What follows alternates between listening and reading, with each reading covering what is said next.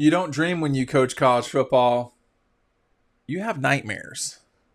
That was Kirby Smart talking about coaching in today's um, world of college football, where there have legitimately been nightmares this year for Georgia. Off the field, it's been a really not good year for the Dogs.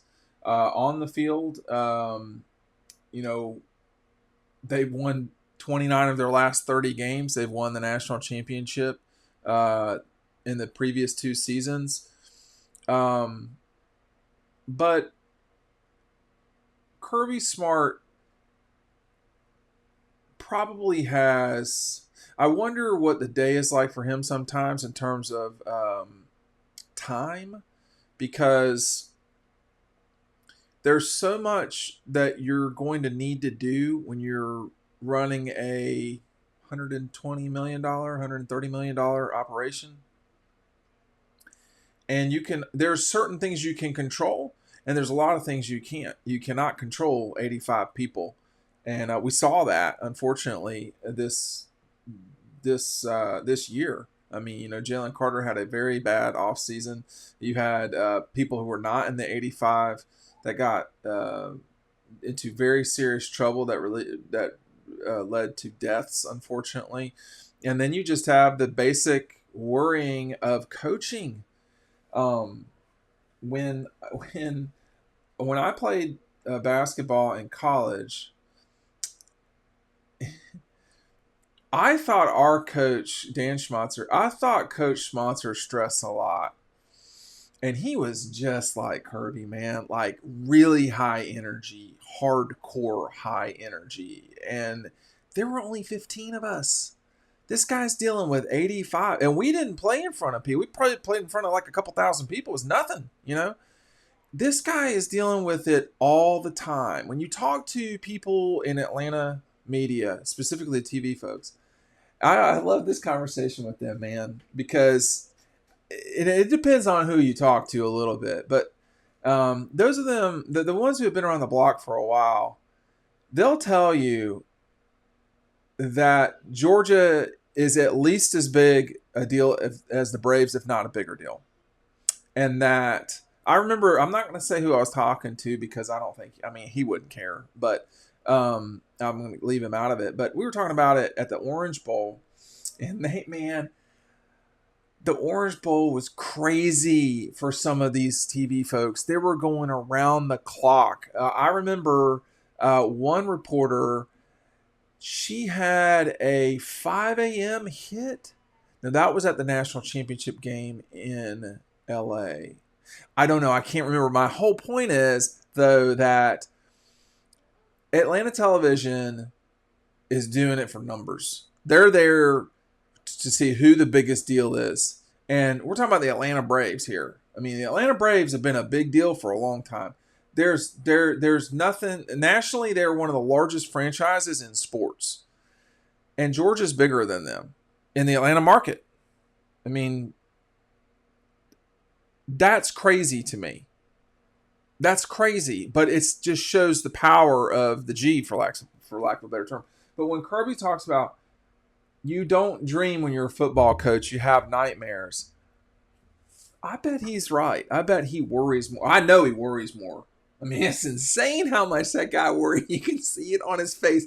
I don't. He's not my friend. I don't know Kirby, but I do get concerned because I'm around all the time, and you see him you see Kirby after games or during the week or whatever, and I do worry for his stress.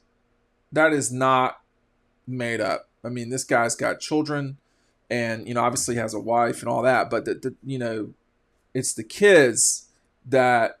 And I've asked him this before, is all of this worth it? I was the one that asked him that after the national championship in Indianapolis, and I cannot remember his exact response, but he said, "Yeah, it is worth it. Otherwise, why would you be doing this?" Which I get it. Hey, make sure you're picking up the 2023 Dawg Post preview. It's available down below or at Red Zone. Our friends at Red Zone. You can pick it up at either spot. really long article about Carson as well as Brock Bowers. How did he get through COVID and recruiting? If you pick up Double Dogs, if you've not picked it up today, that's cool. You can get both of them. They will come in the same magazine. They will come in the same packaging. So guess who does the packaging?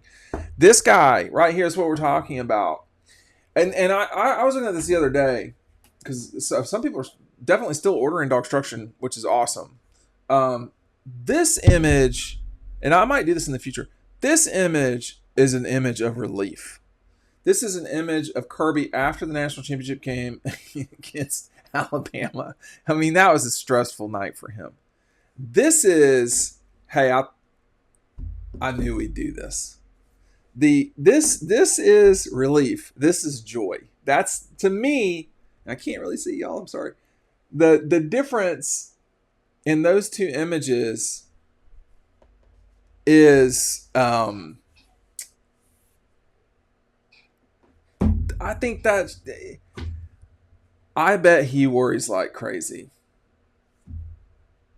And I bet he constantly has nightmares. I don't think he's joking about that. I mean, I'm being deadly serious here. I think, you know, I wonder if he sleeps well in a way that is good for you. And in addition, I worry that he has enough time to I don't know about recover, but like to be a normal person. I mean, he's not a normal person. I mean, I don't mean that bad. There's nothing about you know, Kirby Smart that's normal. He's not got a normal job. I mean, more people know who Kirby Smart is than know who the governor of Georgia is. So that's the case with most places in the South, if not most places in the country, with probably the exception of Florida. But I think that if you're Kirby Smart,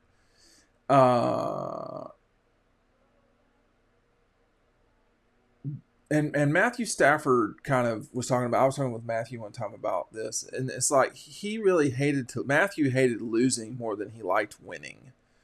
And I think for Kirby, I think if you don't like the work, if you don't like the grinding out of the day, if you don't like recruiting for sure, if you don't like development, if you don't like, glad handing, then it's just not for you, and you're in the wrong profession. Dan Mullen was never gonna have success the way that Kirby did because Kirby's more natural at this.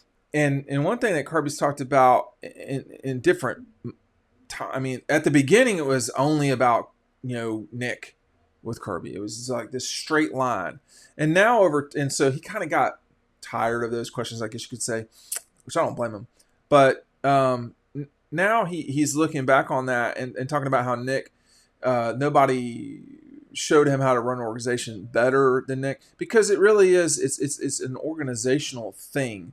One coach told me that it's a machine. That's what Alabama was at the time. And I don't see how Georgia's different now. They are a machine. They are in a different building than everybody else. They do their own thing completely. They can be totally out of, this is the wrong way to put it. They can be totally out of sight or touch with the rest of the athletic department, in many ways with the rest of the school. And I think there's good and bad with that. I think there's bad with that too. But the protective nature of Kirby Smart, of his program, I understand that. He's built it.